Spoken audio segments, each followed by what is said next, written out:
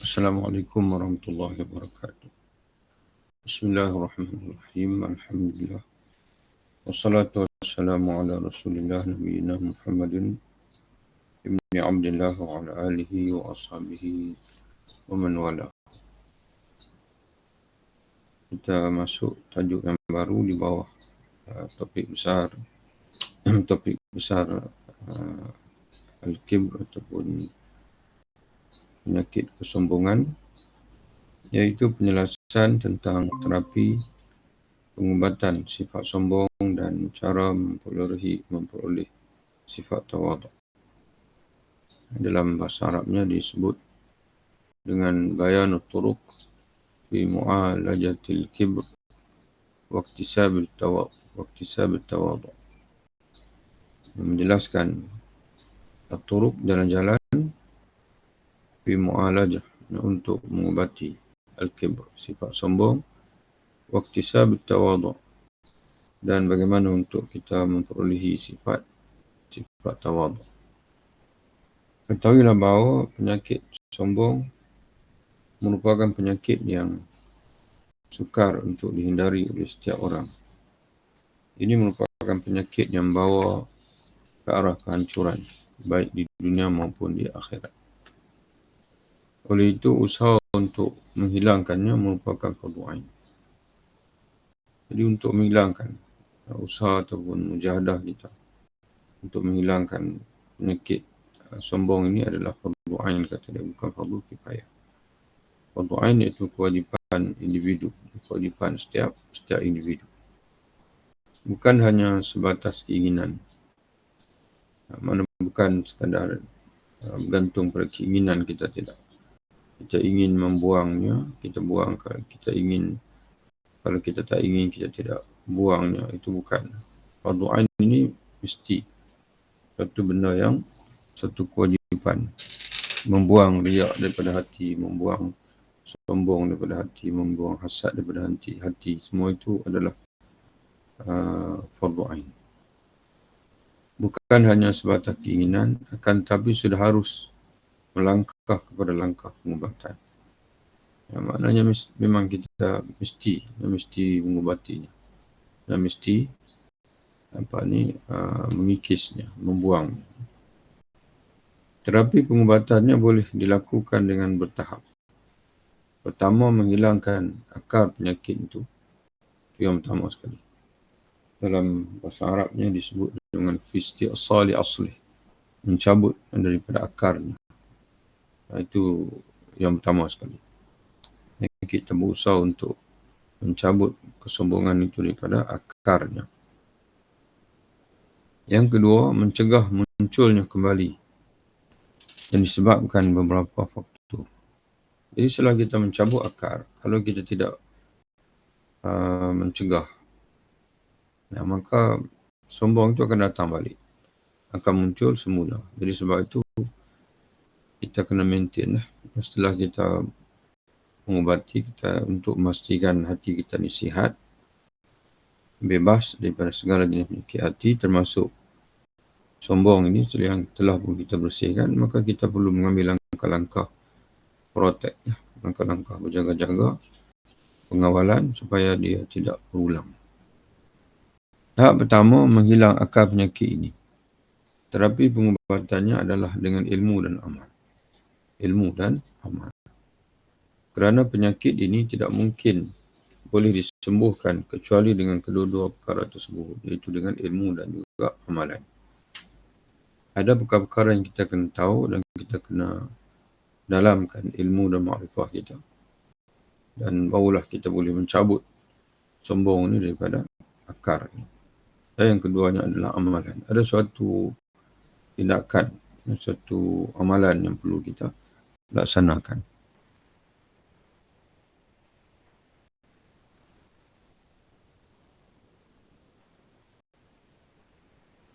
Pengubatan melalui ilmu adalah dengan mengetahui siapa dirinya dan siapa Tuhannya. Apabila seseorang telah mengetahui dan menyedari dengan sebenar-benarnya siapa hakikat dirinya, maka akan rasa dirinya penuh dengan kehinaan dan kelemahan. Jadi kita kena mengetahui, ilmu makna mengetahui siapa kita ni. Apakah kita ni Tuhan ataupun sebenarnya kita ni adalah hamba. Jadi sudah tentu kita ni adalah hamba. Menyedari bahawasanya kita adalah hamba, maka yang sesuai dengan kita itu adalah sifat tawaduk, rendah diri, bukan sifat sombong. Kerana kita ni khuluqal insan dha'ifah. Dijadikan manusia itu dengan sebuah kelemahan. Jadi Allah Ta'ala sendiri telah menyebutkan kita manusia ini diciptakan dengan kelemahan. Jadi bagaimana kita pula boleh menganggap kita ni hebat? Jadi bermakna anggapan kita hebat itu adalah menipu diri sendiri. Pembohongan terhadap diri sendiri. Selanjutnya akan menjadikan dia seorang yang tawaduk. Jadi bila dia kenal diri, maka dia akan merasa dirinya penuh kehinaan dan kelemahan, dan seterusnya akan menjadikan dia seorang yang tawaduk. Ketika dia mengenal Allah dengan sebenar-benarnya, maka timbul keyakinan bahawa tidak ada yang patut menyombongkan, memuliakan diri kecuali Allah. Sebab itu Allah bahasa dia maha mengetahui, dia maha perkasa, dia maha bijaksana, dia maha belaka. Karena itulah hakikat diri dia. Itulah hakikat zat Allah, iaitu zat yang mana bersifat dengan sifatul jamal dan juga sifatul kamal. Sifatul jalal. Sifat-sifat keindahan, sifat-sifat keagungan, sifat-sifat ketinggian, itu semua layak bagi Allah, tidak layak bagi kita sebagai makhluk. Ketika dia mengenal Allah dengan sebenar-benarnya, maka timbul keyakinan bahawa tidak ada yang patut menyombongkan, yakni membesarkan diri dan muliakan diri kecuali Allah Subhanahu wa Ta'ala. Kemudian perbuatan mulia amal adalah dengan membiasakan merendah diri, tawaduk terhadap orang lain dan mengikut akhlak-akhlak orang yang memiliki sifat-sifat tawaduk. Yang mana kita meniru orang yang memiliki sifat tawaduk. Dan kita cuba untuk mengubah penampilan kita. Daripada penampilan seorang yang belagak, yang sombong, berjalan mengangkat dada dan sebagainya, maka kita berjalan dengan tenang. Dan bila kita menyapa orang lain, seboleh-bolehnya kita yang lebih dahulu memberi salam. Dan apabila orang memberi salam pada kita, kita menjawab salam. Bila kita bersembang dengan orang lain, kita melihat kepada mukanya dan tidak meninggikan suara. Itu amali, kata dia, yang mana membiasakan merendah diri, yang tawaduk terhadap orang lain dan mengikut akhlak yang memiliki sifat, mengikut akhlak orang-orang yang memiliki sifat tawaduk. Daripada akhlak orang salih dan akhlak Rasulullah. Seperti ketika baginda makan di lantai, baginda bersabda, sesungguhnya aku adalah seorang manusia yang makan seperti manusia lain makan. Jadi sebab itu Nabi Syamil Muhammadiyah, Nabi tak suka makan dengan makanan di atas meja. Kerana zaman Nabi SAW, orang yang makan di atas meja adalah tuan. Dan hamba macam pula, orang miskin dan sebagainya makan di atas lantai. Maka Nabi tidak nak orang menganggap dia sebagai tuan. Maka sebab itu Nabi mengelak daripada penampilan yang menggambarkan kebanggaan dan sebagainya. Seorang bertanya kepada Salman Al-Farisi, mengapa kamu tidak memakai pakaian yang baru? Dia menjawab, sesungguhnya aku hanya seorang hamba. Akan tetapi bila satu hari nanti aku dibebaskan, maka aku akan memakai pakaian baru. Jadi hamba aku sekarang ni hamba, belum tuan, tak jadi tuan. Jadi tak perlu aku berpenampilan seperti tuan, kan hakikat aku adalah hamba. Tunggu satu hari nanti, tak kala aku betul-betul bebas, maka berketika itu barulah aku akan memakai pakaian yang baru. Sesuai dengan orang bebas yang tidak lagi hamba. Maksud daripada perkataannya ini, kata pengarang kitab kita ini, maksud apabila aku dibebaskan itu adalah apabila aku dibebaskan daripada siksa api neraka di akhirat. Apabila aku dibebaskan daripada siksa api neraka di akhirat, barulah aku bebas. Maka pada saat itu barulah aku akan pakai pakaian yang cantik-cantik. Sifat tawaduk tidak mungkin dapat diraih hanya dengan ilmu kecuali diiringi dengan amal atau perbuatan. Tapi permulaannya adalah ilmu.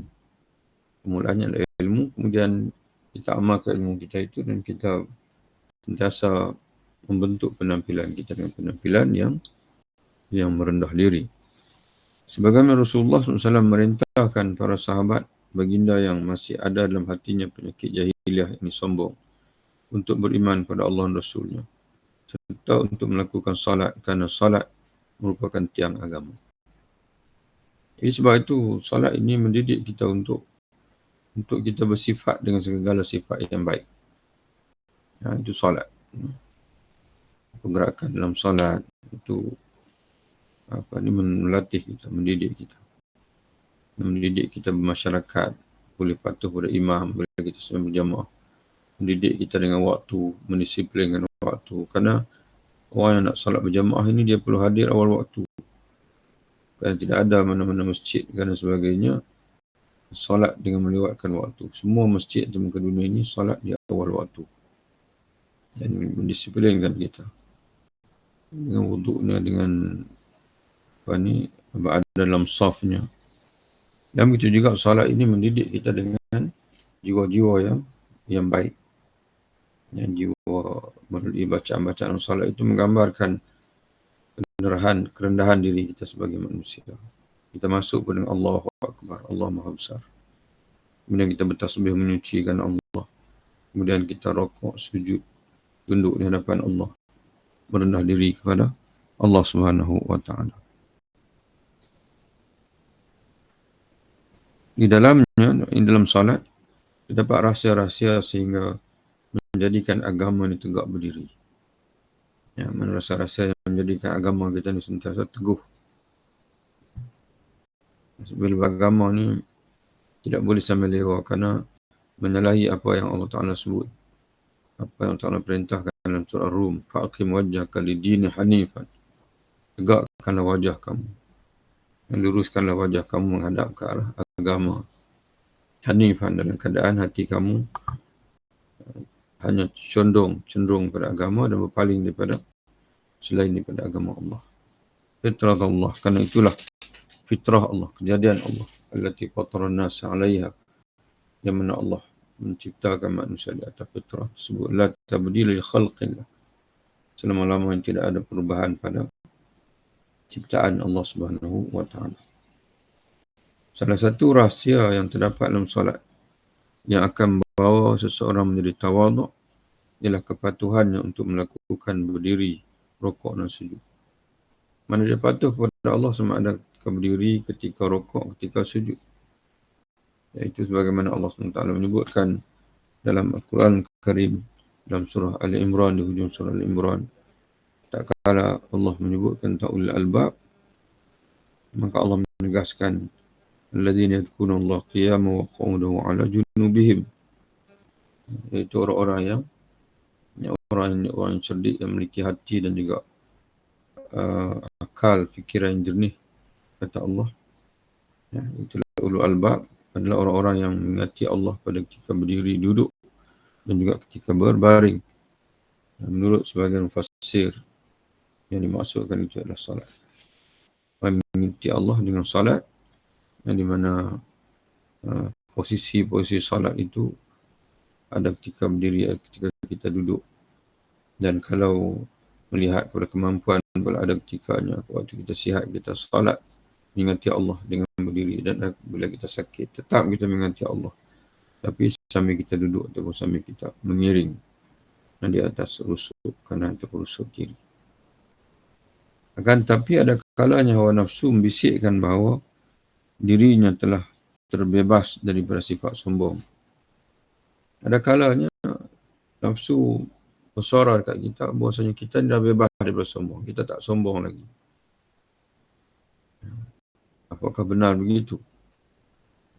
Jadi sebab itu kata dia sedarlah bahawa bisikan ini adalah penipuan yang ditiupkan oleh syaitan kepada kita. Yang bisikan ini adalah tipuan yang ditiup oleh syaitan pada kita. Jadi untuk membuktikan bisikan ini, dapat kita lakukan beberapa ujian berikut. Mana kena disebut dengan imtihan. Apakah betul kita telah bebas daripada penyakit sombong ini? Itu perlu pada pengujian. Imtihan dipanggil. Kita kena uji, kena cuba diri kita.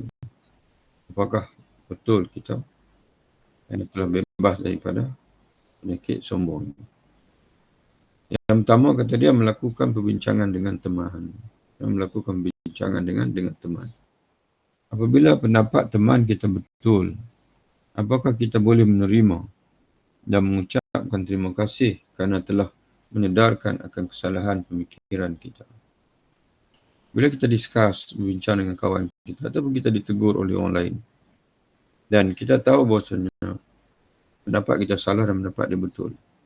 Sekarang kita tengok apakah kita ni dari jenis orang yang boleh mengakur dengan kebenaran. Kalau jawapan dia ya, satu cubaan yang pertama lulus. Memang kita telah dari satu sisi kita telah pun selamat daripada sombong. Kerana kita ni akur dengan kebenaran. Kerana Nabi SAW sini menyebutkan dalam satu hadis, Al-kibru batul haq. Orang sombong ni adalah orang yang menolak kebenaran. Orang tenas. Dan dia menghina orang lain. Kiranya masih ada rasa berat dan gengsi. Berarti sifat sombong masih tertanam dalam hati. Maka bertakwalah kepada Allah dan meneruskan terapi pengubatan. Akan tetapi orang yang telah melepaskan dirinya daripada sifat tawaduk, daripada segi ilmu, dia akan menyadari bahawa dirinya tidak patut untuk sombong di atas pemikirannya kerana kebenaran mutlak dan kesombongan hanya milik Allah. Jadi sekalipun kalau orang ada ilmu, sekalipun dia tahu dia sudah tidak sombong, tapi dia tetap sangsi dengan diri sendiri. Dia tidak pernah percaya dengan nafsunya, dengan dipanggil bisikan jiwanya sendiri. Kerana hakikat sebenarnya orang yang perfect, yang sempurna itu hanyalah Allah Subhanahu Wa Taala. Dari segi amal, dia akan menerima kebenaran yang datang daripada orang lain dan kesalahan yang dia lakukan. Selanjutnya, dia mengucapkan terima kasih kepada teman yang telah menyedarkan dirinya daripada kebodohan dan berkata, sesungguhnya betul apa yang kamu katakan. Dan pendapat aku memang salah. Semoga Allah membalas kebaikan kepada Adam AS sebagaimana kamu telah menyedarkan aku.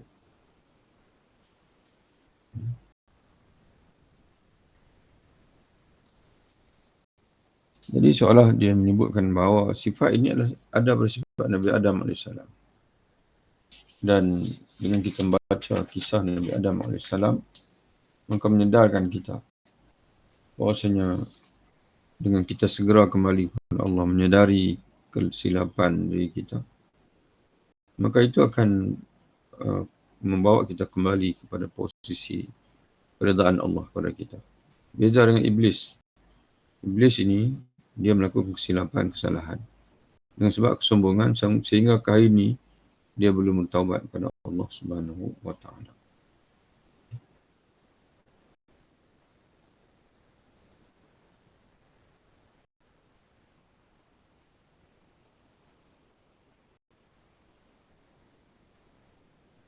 Barang siapa yang mendapat, patutnya berterima kasih kepada orang yang beritahu.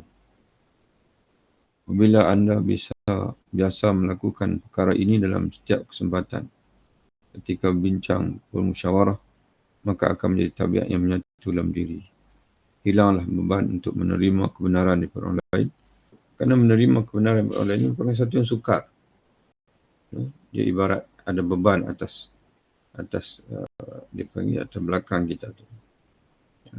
Contoh bila kita nak terima kebenaran ni, kadang-kadang keegoan dari sendiri membelenggu kita.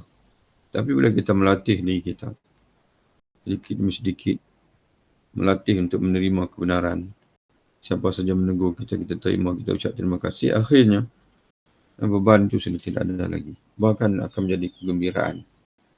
Kegembiraan kerana kita ni boleh dibetulkan oleh siapa-siapa saja.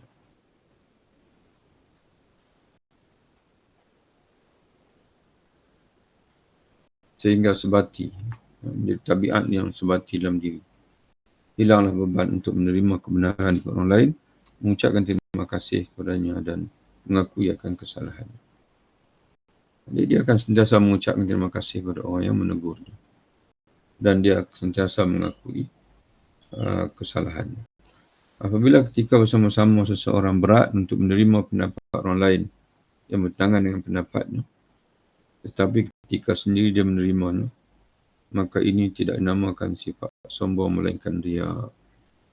Ya, itu beza sifat sombong dan juga riya. Jadi di depan orang lain dia tidak mengaku, tapi di belakang dia mengaku. Berbeza dengan orang yang mana, dengan orang pun dia tak mengaku. Bahkan di belakang pun dia tetap dengan kesombongan juga. Itu benar sombong. Tapi kata pengarang kitab kita ni, kalau ada seorang di depan orang lain dia senyap, ya pun tidak, tidak pun tidak. Ya. Tapi dia balik di rumah, dia fikir, ya betul, dia salah, dia buat perubahan. Orang itu riak, dia panggil. Ini orang yang riak. Jadi sebab itu, kita boleh mengakui kebenaran. Oh, terima kasih. Selama ini saya merasakan pendapat saya betul. Kamu telah menyedarkan saya. Alhamdulillah, saya ucapkan terima kasih. Mudah-mudahan Allah melimpahi rahmatnya keberkatan untuk kamu. Itu maknanya kita ni sama. Maknanya kalau benar-benarlah, sama ada di depan orang lain ataupun di belakang orang lain, kita tidak serba salah untuk mengakui kebenaran. Ya, sebab tu kita selalu sebut istilah kita mencari kebenaran, bukan mengklaim diri benar. Yang kita cari itu adalah kebenaran, bukan beria-ia kita untuk mendakwa kita betul. Sedangkan apabila dia berat menerima pendapat orang lain, baik ketika sendirian dan bersama-sama, ini dinamakan sombong dan juga riak. Perkara yang harus dilakukan adalah dengan mengubati kedua-duanya sekali. Kerana tidak mungkin satu saja yang diubati dan yang lain dibiarkan. Ya. Jadi bila kita menyadari kita ni ada sombong, riak pun ada, kedua-dua itu mesti dibersihkan. Sesungguhnya kedua-dua penyakit ini membawa kepada kehancuran. Ya, sama ada sombong atau riak, kedua-duanya membawa kepada kehancuran. Jadi kita berhenti di situ insya-Allah. Jadi kita sambung lagi ujian yang kedua. Bagaimana kita nak menguji yang kedua? Bahwasanya kita ni telah bebas daripada sifat sombong. Wallahu a'lam bishawab. Assalamualaikum warahmatullahi wabarakatuh. Insya-Allah.